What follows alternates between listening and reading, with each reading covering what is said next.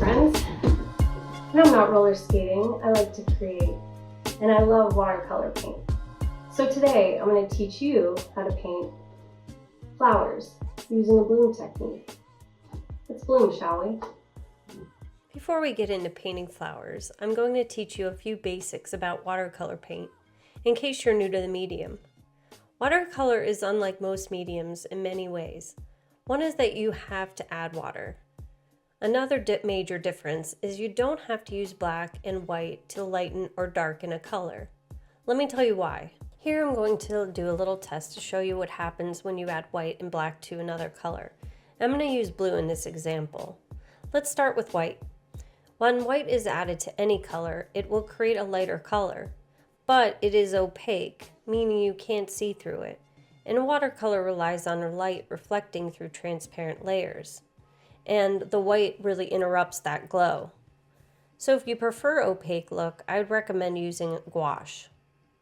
In the middle here, I'm going to layer the color upon itself to compare. Now black, when you mix black to any color, it tends to dull it and make it just kind of flat. Water control is the best way to control the value of the color. It's the vehicle of the pigment. Let me show you this in a gradient map. And I'm going to start off with making the lightest blue. That means water that only has a touch of pigment, just a smidge. And this is called tea. Now I'm going to add just a little bit more pigment, a slightly darker tone of blue, and this is often referred to as coffee. And you guessed it, we're going to add just a little bit more pigment and make it even darker tone, and that is called milk.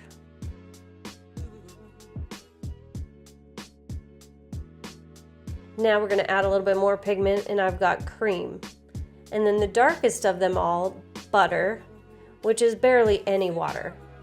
Now to get the darkest color of this pigment, I'm going to have to use just a tiny little bit of water. So I'm just going to get my brush just damp and blot it, and then I'm going to drag it across the paint. So as you can see, the best way to darken the color is to use less water and more pigment. I find creating gradient maps like this are a good way to practice water control. Okay, now it's time for brush pressure. It's a hard one to say, brush pressure. But anyways, if you do happen to get a little bit of splash or a spill on your paper at any point, use a paper towel and just blot your paper and try to absorb it, rather than using a brush, because you can smear it even worse. So it's better to just blot your paper. Now we're going to practice some petals, and I'm going to apply just a little bit of light pressure into heavy, into light. So it's a light, heavy, light, light, heavy, light.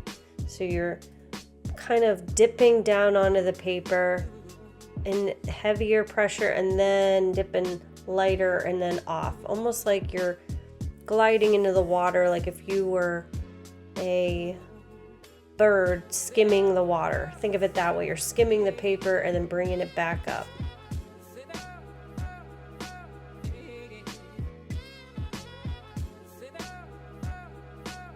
It's good to have a practice sheet just like this where you can do some gradients, create some petals, play with flowers, create a simple tulip. And now I'm going to teach you the one reason, good reason for black is using it for gray. And I'm going to create a daisy here. And I mixed up just the lightest amount. I just used a little bit of black and a lot of water. And I'm going to gradually use a little bit more black, but very discreetly, because you don't want to go too heavy. You always work light to dark with watercolor. And I'm just going to push the paint around. It will tend to puddle sometimes, especially depending on the type of paper you have. So you're just going to kind of push it around your paper and blot it. If you need to, absorb it with your brush and your paper towel. And we're just going to make some fun little leaves. Their leaves look like fingers. They're really cute and fun, simple, easy to make. And I have a lot of fun making these daisies. And now we're going to get some yellow going in the center here and just kind of stipple in some, but just little dots. You're just going to kind of like, you're just pop, pop, pop, stippling that around. And then we're building up. So we're getting a little bit darker each time. We're letting things dry sometimes. Sometimes we're adding colors in there. They might blend together and then you can push them around on the paper, blend them in, soften them if they're too heavy. And just kind of work your way, push things around and kind of explore what kind of textures you can create. You just don't want to get too wet. That's the thing, is you want to keep this kind of dry. If things get too wet, they get really messy really quickly. So just keep that in mind. And I'm gradually bringing in some browns, as you see here, pulling some browns out, adding a little bit in, taking a little bit away. It's like baby steps. Just kind of take some little steps in to the dark side and then pull it out as you need to and just build that up. Let things dry. Work on the stem while the petals dry. And these guys look like little hands, don't they? They're so cute. I could see why people animated daisies. They're adorable. And then I do add a little bit of black. I do go in with a little bit of black on the daisies because that really makes it pop, those values. Maybe add a little bit of shadow in there too. Some of the lighter parts of the petals. If your petals don't pop, you can always go in there and add some stuff and make them pop a little bit more. I'm gonna make some cosmos. These are fun and easy to paint. They're big, floppy, and colorful. We're gonna use the same technique to create petals. Light pressure, heavy pressure to light. So light, heavy, light. And you're gonna aim your brush at the stamen, leave white space in the center, and try to disperse the water evenly.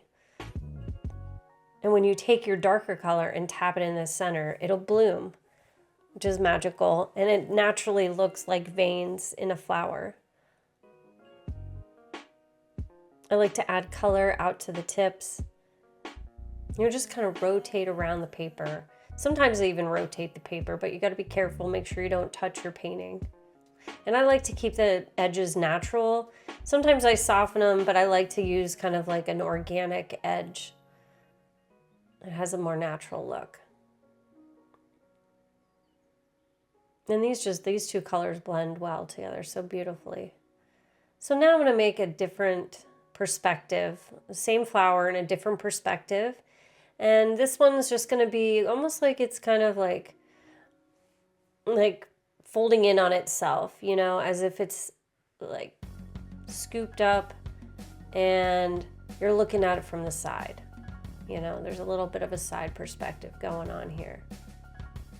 And so your bottom ones are going to be slightly smaller and shorter, more squatty, right? I'm going to think of them smushed because they're kind of folding upwards.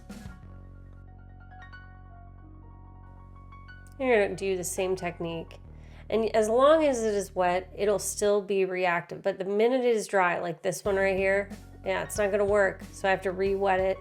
And if it's fresh, it's not a big deal. It'll blend well. But once it's dried, it's no good. So really work fast, work quickly, and just don't mess with it too much. The problem with blending too much is too much. And then this is definitely a good exercise in that theory. That too much is too much. I don't know if that's a theory or more so just a rule of nature, but it's definitely true. Sometimes just subtlety, you know, is all you need. Now I'm just gonna bring some stems in here, and I'm using a smaller brush here, and the leaves on these are also fun. They're almost like cacti, you know, they kind of look little cacti guys. That's what they remind me of. Almost like the little fingers, but a little bit different. So I'm just gonna kind of bring the stems in And I'm gonna layer that as well. So your stems kind of, you know, you're gonna go back and forth, work on the petals, let things dry. Work on the stem while your petals dry. And then, all right, now that my petals are maybe a little bit more dry, go in here and we're gonna add the center here, the center part. Now while that dries, I'm gonna start to fill in my stem, make this a little bit more even because it was a little bit choppy. So I like to kind of layer that as well and bring in some darker colors. Next, we're gonna paint lavender, one of the best smelling flowers and one of the easiest to paint. So you're first gonna start with your stems. You can make it look like a bouquet, or you can make it look like it's coming out of the ground. And you're gonna pick a nice, beautiful purple, and we're just gonna stagger these. It's just like little slashes, little stash, slash, slash, dash, zigzag. And I try to be irregular. I try not to have too much of a pattern. And sometimes that's kind of hard because you're like, all right, don't do a pattern, and then you do a pattern. But it's kind of like if you do a little bit of a pattern, that's okay. You know, you can try to break it up and fix it because they are sort of symmetrical and pattern-like plants. So it's not a big deal if you do a little bit of a pattern. But also try to break it up and add in some shadows into your stems, add variety into your purples. And now we're gonna do the flower I haven't done in a long time, the tulip. And the tulip's usually pretty easy, although I'm probably making it overcomplicated because I'm like, oh, let's do this crazy shape and make it more complicated and fun, and you know, because that's a good idea. And I got too close here. See, folks, don't get that close. If you're leaving a gap, leave a gap, give it a little bit of a good healthy space. I did not do that here. That's okay. I'm gonna make it work. I'm gonna just try to lift a little. I'm gonna add some value in here. I'm just using a dry brush and I'm kind of lifting and pulling down on my paint to give it some value. And see if I can lift that one, make that mistake look less obvious. And I'm gonna give it a buddy. Here's its buddy, its closed buddy, just hanging out next to it. Add a little bit more in here, give it a little darkness. And I always leave the puddle at the bottom. Wherever you want, you know, the darkest part, that's where you're gonna leave the puddle when you're pushing it around the paper. I do love this color. It does pop. And it has a little bit more red tint to it than the lavender. Well, we're gonna make that work. It's okay. You can make anything work. You can blot things if you need to, shade things in, improvise. You know, it's nature. And it happens. Mistakes happen. Nature makes mistakes. It's beautiful mistakes. And they're not even mistakes. They're happy accidents, right? Bob Ross. And the leaves on this are really fun because they're just so big and floppy as well. And you can use a nice big round brush for it. All of these things, the round brush comes in handy. It's great to have a big wide brush as well as a small brush for all of these. Now I'm gonna do a little small daisy. I'm gonna do some small daisies in between these. I didn't leave myself a lot of room here, but let's try to squeeze in a little daisy. Because on the other piece of paper it got cut off, so we're gonna do this technique again, where I use the gray here, which is watered down black, and I'm gonna spread that around. Maybe put some more darker colors in here. Add my stem and some leaves, some more fun hands. Yay! I love the leaves on these too. They look like kind of like little palm leaves. They're like big hands. It's funny because the other petals, you know, the cosmos have little hands, and the petal compared to the petals, and these ones kind of are big compared to the petals. They definitely, I can see why they look like. I'm just gonna add in some darker. I'm just building up to my dark, light to dark, adding in some yellows here. A little bit of brown, pulling that a little bit. I don't want to add too much too soon because it's pretty wet, so I'm just gonna dab it in there. Try to create some shadows.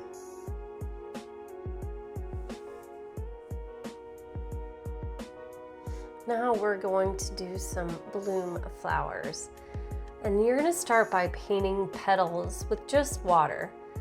And I start from the center, and I use kind of the glare of the paper to see the water, which can be difficult. So if you do bring the paper up, make sure that you are not tilting your paper. And then you're gonna start in the center, and you're just gonna start to dab the color and watch it bloom. I love this technique. It's one of the easiest ways to show value and texture, color. It just pops. It's so simple and easy. And the blue and the turquoise are one of my favorite colors to blend as well. Like, they just pop together. And I also like pink. Pink, blue, turquoise. There's a little test you can do with all of the different colors and see which ones are more vibrant. And in that test, it shows that the blue, turquoise, and pink pop the most. Yeah, so give that a try.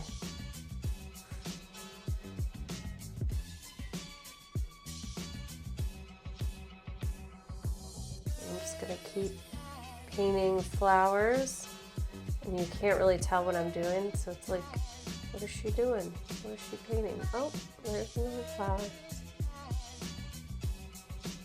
Whatever you do, just don't tilt your paper right now, because that could be devastating. Woo! Look at that. That pink just pops. I love it. The pink and the blue. Yeah, so gorgeous. So simple, so easy, and yet powerful.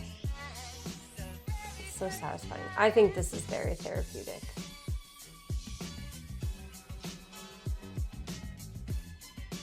And always make sure to clean your brush in between colors. Definitely keep a napkin, paper towel beside you to clean that off in between. And you're just gonna add a nice wispy long stem to these beautiful flowers. And just kind of gentle. And I just kind of stand up. I like to stand when I'm painting. It helps me kind of brace myself. If you make a little mistake and things run together, just dab it. Remember to dab it with a paper towel. And then I like to go in the center and just try to add little details. This brush, I should have used a smaller brush. I'm using a bigger brush than I should be using, but I'm excited, and this is looking fabulous. So sometimes that happens, and you got to remember what size brush you're using. And yeah, and just add a little bit.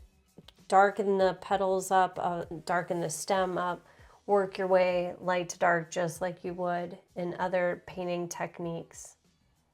This has been fabulous. Thank you so much for joining me today and painting these bloom flowers and all sorts of other flowers using watercolor. I hope this inspires you to make your own bouquet.